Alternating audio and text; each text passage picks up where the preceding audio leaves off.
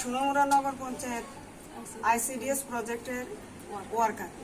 আমরা বেশ কিছুদিন ধরে বিগত প্রত্যেকটা অঙ্গনওয়াড়ি সেন্টারে চুরির একটা প্রকোপ দেখা গেছে। সেখানে দেখা গেছে সেন্টারে প্রথমে ঢুকে সিলিন্ডার চুরি করা হচ্ছে, কোথাও তালা ভেঙে, কোথাও শিকল ভেঙে এভাবে চুরি করা হচ্ছে। প্রত্যেকটা সেন্টার থেকে সিলিন্ডার চুরি করে নিয়ে যাওয়া হচ্ছে। তারপর দেখা গেল যে না, কোনো কোনো সেন্টারে সিলিন্ডারের সাথে সাথে চাল ডাল, ডিম, বিস্কিট, বাসনপত্র যা পাচ্ছে এভরিথিং চুরি করে নিয়ে যাচ্ছে।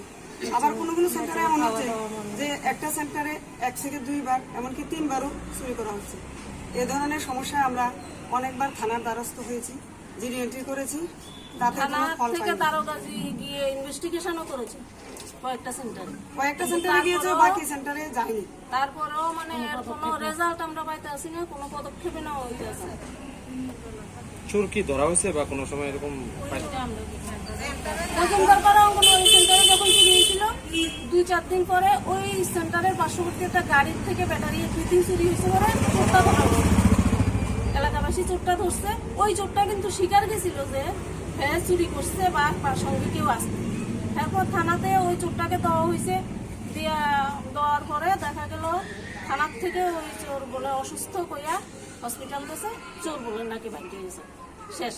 এরপরে আমরা কোনো রেজাল্ট পাইছি না। সব দিক থেকে এরকমই হইতেছে। এরকম একটা কথা উঠে এসেছে যেটা নাকি বলা হচ্ছে যে চুরি করছে সে নাকি নেশাগ্রস্ত বলে থানায় রাখা হচ্ছে না।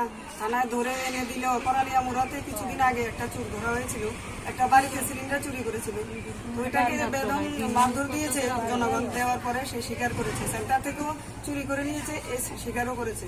স্বীকারোক্তির পর ওই ওয়ার্কার সঠিক সময় ওখানে উপস্থিত হতে পারেনি, তাই পুলিশ নিয়ে গেছে। পুলিশ নিয়ে যাওয়ার পর যখন পুলিশের সাথে যোগাযোগ করা হলো, তখন পুলিশ বলল যে ওকে তো ছেড়ে দেওয়া হয়েছে উপযুক্ত প্রমাণের অভাবে।